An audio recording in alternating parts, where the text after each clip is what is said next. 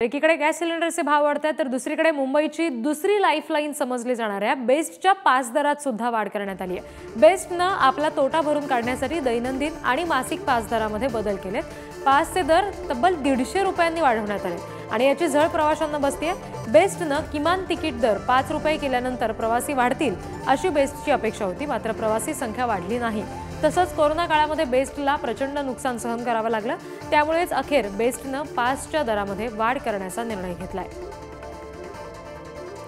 तर ही बेस्टची दरवाढ कशी आहे? दैनंदिन पास दर अमर्यादित प्रवास करू शकता 50 रुपयांवरून थेट 60 रुपये ही वाढ झालेली आहे।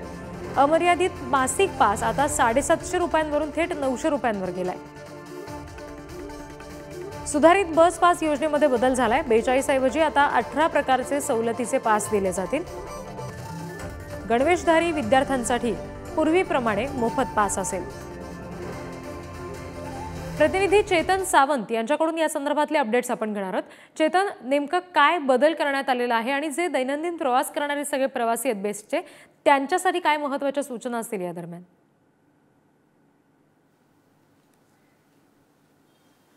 रिद्धी, खरं तर आपण पाहिलं तर कोरोना काळामध्ये जी घसरलेली बेस्टची प्रवासी संख्या होती, या संख्येमध्ये आता कमालीची वाढलेली दिसत आहे। त्याचबरोबर वाहतूककुलीन ज्या बस आहे या देखील यांचा जो की रिस्पॉन्स आहे तो योग्यरित्या आहे। त्यानंतर आता जी ही बसची जी वाढ झाली आहे बसच्या पासेसमध्ये, या वाढमध्ये 150 रुपयांनी ही मासिक वाढ झाली आहे। तर दैनंदिन पास होता जो, त्याच्यात 10 रुपयांनी वाढ करण्यात आली आहे।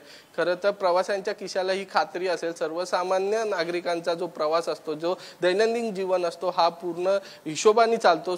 प्रत्येक गोष्टीचा हिशोब असतो आणि या हिशोबाला आता अधिक भर पडली आहे। एकीकडे महागाई आहे तर दुसरीकडे बेस्टचा हा जो निर्णय आहे जो 1 मार्च पासून लागू होणार आहे, यामुळे खरोखर सर्वसामान्यांच्या खिशाला खात्री लागणारा हा निर्णय असेल।